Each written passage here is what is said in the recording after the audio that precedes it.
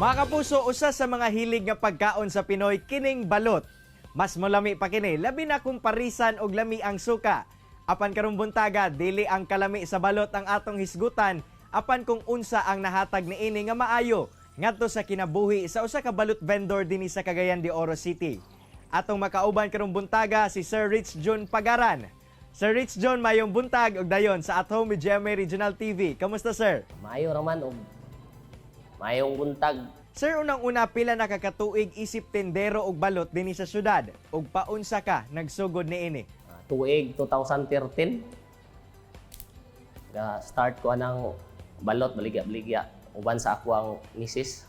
Asa pod ba kagabaligya sa imong produkto dinhi sa Dakbayan, sir? O unsa ang imong style sa pagpamaligya? Dari maligya ko dari sa kuan sa Pinikitan Kaumanan, sa Cruising Dimitrio. Mo na mong pisto diha. Kamusta sa banghalin sa imong baligya, sir? Ug unsa ang natabang ani sa imong kinabuhi? Okay raman kay medyo barato-barato ra pud ang ako ang kuan. Baligya 17.50. Kay naka-direct man pud ko sa punuan nga kaning kuan. Barato ra pud lang hatag sa kuha. Unsa-unsa na ang imong napundar, sir, tungod sa imong pagbaligya og balot? Okay ang gyapon kay sa akong pagbaligya sa akong kuan panginahanglan pangadlaw-adlaw kuan naman ako makapalit ko sa ako ang pangadlaw-adlaw nga gaston sa bugas sudan kung motor ka tulo ka buok nga impas magitaon pod kaluyan sa Ginoo mga appliances na ko utang pero noon nangabayra na Ginoon sa karon mas TV rate. Asa sab kagakuhaan og balot, sir, aron ibaligya? Sa kuan gikan na sa Kapatagan Lanao del Norte ang gasupply sa kuha dayon iya pong kung gikapitalan dito sa Manila, Candaba, Pampanga. Mo nang nakakuan-kuan na pud ko. Murag ubos-ubos sa pud lang hatag sa kuha. 13 days to 16 days kay kanang 18 bawal na labi na gikan sa Luzon, bawal man na i-release dari sa amuha sa dari sa Mindanao, dari sa Tos Cagayan kay mga 3 days pa man na nga moabot dari. Unang kuha may mga 13 to 14 mag-abot dari mga 16 to 17. Sa imuhang trabaho, sir, labi na sa pagpamaligya, unsa ang imuhang mga kalisod nga naagian? Ang murag kuan sa kuha nga maglisod ko kanang igabot sa kuan balot sa Manila, igabot dari Guberhet, mga patay, maglisod man mi og palusot gud ana kay dari sa atuwa sa Cagayan. Kuan man dari ang Pinoy dari kay brown egg man, dili parehas bukinon sa Iligan ang ilang Pinoy ito, ang Pinoy sa Bibi. Yang atuwa dari kay maglisod murag kuan pang tawo murag matingalag unsa ni nga klase nga Pinoy sa pag-ihatag bitaw nimo barato bitaw. Unay among makagul-an og moabot ang balot sa Manila ang kanang mga patay, mga Berhet. Unay among lisuran. Sir, aduna pud bay mga higayon nga natikasan ka sa imuhang mga customer o dili mo bayad o insakto?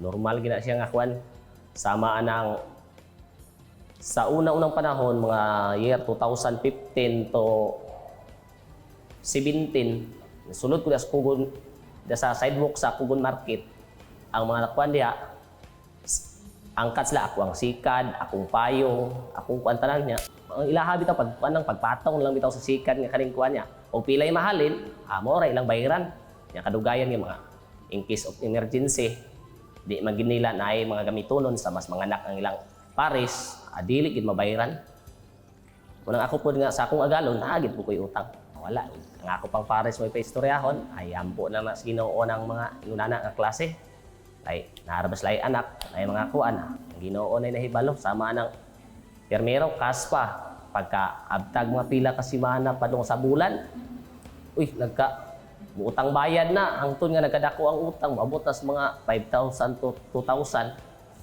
di naman mo balik. Unsa pod ba ang imuhang mga diskarte, sir, aron mahimong halinon ang imuhang ginabaligya? Moro na ako ang kuan kanang usa kanang barato akong baligya then hinlo then usa pod kita pod nga limpyo pod gamay para murag attract na pud tanawon sa atong customer. Sa pila ka tuig nimo nga pagpamaligya og balot, sir, unsa ba ang imuhang experience nga maingon nimo nga memorable?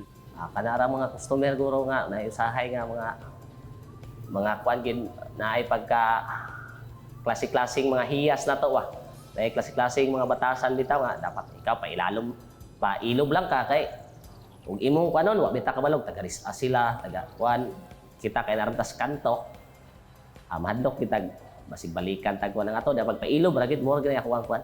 Mo ra ako ang istorya sa ako ang mga customer. Kamusta ang imuhang panginabuhian karon sir ug unsa ang imuhang mga panghinaot sa kinabuhi? Kuan akong panghinaot sa akong kinabuhi nga tagaan pagig ko maayong lawas sa Ginoo ug uban sa ako ang business kaning balot nga na mo kuan pagid akong tinda diha kaning murag mo warang-arang pang ako ang halin ba mo ray akong ikakuan sa Ginoo uban sa ako ang asawag anak. Daghang kay salamat Sir Rich Jones sa imong oras nga gihatag sa At Home with GMA Regional TV ug amping pirmi sir. Salamat ko kay Sir, God bless. Kini ang At Home with GMA Regional TV.